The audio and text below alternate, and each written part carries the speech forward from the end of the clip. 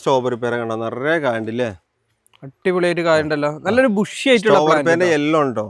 കാരണം റെഡ് ആരും വെക്കണ്ടെന്ന് ഞാൻ പറഞ്ഞു. ചില മരങ്ങൾ മാത്രമേ റെഡ് കായ്ക്കുള്ളൂ. ഇതിന്റെ ഒരു ടേസ്റ്റും ഇല്ല, സൈസും ഇല്ല, ഒന്നുമില്ല. സ്ട്രോബെറി പേ ഒന്നെങ്കിൽ പർപ്പിൾ ഫോറസ്റ്റ് വെക്കുക, അല്ല എന്നുണ്ടെങ്കിൽ ഈ സ്ട്രോബെറി പേര യെല്ലോ വെക്കുക. ഇത് രണ്ടും അല്ലാത്ത സ്ട്രോബെറി പേര വെക്കാൻ നിൽക്കേ വേണ്ട. ഈജിപ്ഷ്യൻ ഗോവ എന്നൊക്കെ പറഞ്ഞു വരുന്നുണ്ട്, അതൊന്നും കായ്ക്കൊന്നും പോലും അറിയില്ല. ഇത് പക്ക റിസൾട്ടാണ്, പക്ക റിസൾട്ടാണ്. നല്ല കായോട് കൂടിയുള്ള തൈകൾ നമ്മൾ കൊടുക്കുന്നത് 850 രൂപക്കാണ്. വലിയ തൈ കൊടുക്കുന്നത് 850 രൂപ ഫുൾ കായോട് കൂടിയിട്ട്.